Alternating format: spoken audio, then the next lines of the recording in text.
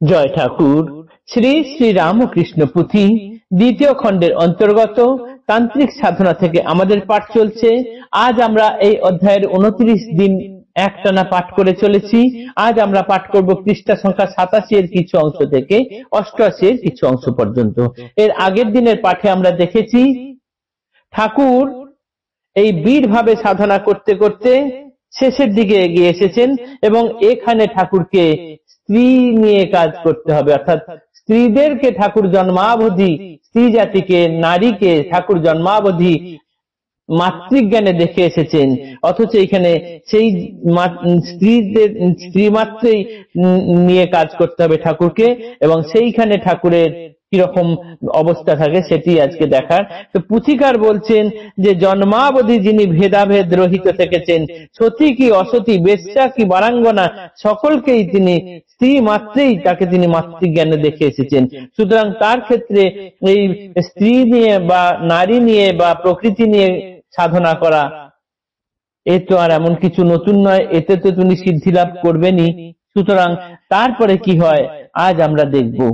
ঈশ্বরীয় উদ্দীপনা শ্রীমূর্তি দেখিলে জৈব ভাবে কাম দৃষ্টি নাহি কোনো কালে, বিচিত্র ত্যাগের কথা না শুনি কখন, স্বপ্নেও নহে প্রভু প্রকৃতি গ্রহণ, বহু জ্ঞানে নাহি তার এক জ্ঞান জ্ঞান, সবে এক একে সবে সকলে সমান, স্থূল দৃষ্টি নাহি কবু দেখেন অন্তর, একের অনন্ত মূর্তি সৃষ্টি চরাচর, আবিলতা মলিনতা যেন জৈব ভাবে, লেশ গন্ধ নাহি তারে প্রভুর স্বভাবে, আমাদের পক্ষে প্রভু দেবে বুঝা ভার, স্বার্থে কাম রুধিয়াছে দৃষ্টি সবাকার, প্রার্থনা করিয়া মুক্ত করহ লোচন, যাহাতে হইবে কিছু লীলা দর্শন, বীরভাবে শ্রীপ্রভুর লীলা সাধনার, পূর্ববৎ ছিল ইচ্ছা নাহি গাইবার, কিন্তু এবে দেখিতেছি বিচিন্তিয়া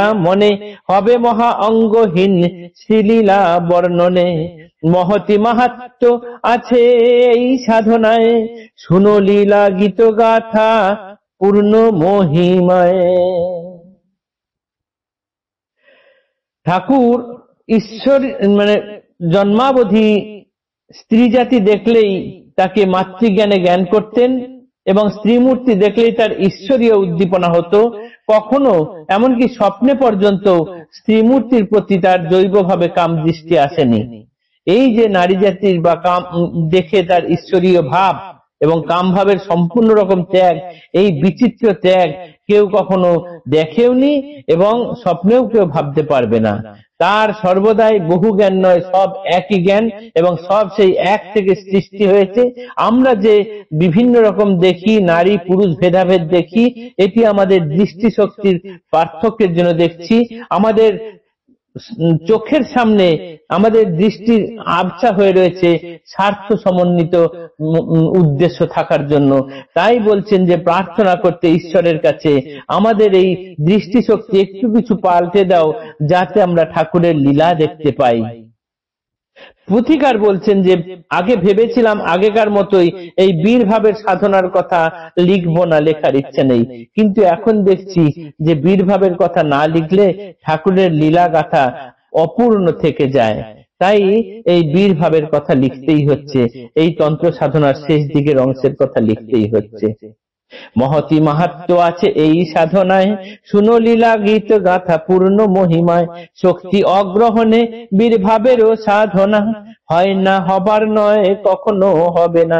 শক্তিকে না নিলে পরে, নারীকে সঙ্গে নিয়ে সাধনা না করলে পরে কোনোদিন এই বীরভাবের সাধনা হয়নি, হবার নয় আর হবেও না। তাই কথা গাইবারে পরানো বিকল, ধরিলেন মাছ প্রভু না ছুঁইয়া জল। তাই এই শক্তির সঙ্গে ঠাকুরকে একসাথে থেকে কাজ করতে হবে, নারীর সঙ্গে একসাথে থেকে তাকে সাধনা করতে হবে, তবেই তার বীর ভাবের সাধনা সম্পন্ন হবে। সুতরাং এই কাজটাই বাকি আছে। এই কাজটাই ব্রাহ্মণী ভৈরবী ঠাকুরকে দিয়ে করালেন। কিভাবে করালেন? পুথিকার ভেবেছিলেন যে এটা বর্ণনা করাবেন না, বর্ণনা দেবেন না, তবুও এই পূর্ণতা প্রাপ্তির জন্য তিনি এইটি দিচ্ছেন। আমরা সেইটিরই কিছু অংশ আজকে পাঠ করব। একদিন নিশা ভাগে হাজির ব্রাহ্মণী, সঙ্গে লয়ে এক পূর্ণ যুবতী রমণী। এইবার ঠাকুর কি করলেন না, এই নারী নিয়েও সাধনা করলেন। তিনি জল না ছুঁয়েও মাছ ধরলেন। সেটি এখানে দেখানো হলো যে একদিন এই ব্রাহ্মণী, ভৈরবী ব্রাহ্মণী এক পূর্ণ যুবতী রমণীকে নিয়ে এলেন রাত্রেবেলায় ঠাকুরের কাছে। প্রভুদেবে বলিলেন, দেবী জ্ঞান করি পূজা করিবার তরে যুবতী সুন্দরী, যথা কথা সমাপন সাধনার অঙ্গ। পশ্চাৎ ব্রাহ্মণী তারে করিল উলঙ্গ। পরে উপদেশে কথা তপস্বিনী বলে, জপ করো বাবা বসি উলঙ্গার কোলে। অভিন্ন জননী দৃষ্টি প্রভুর আমার, অঙ্কগত ছেলে যেন কোলে বসে মার।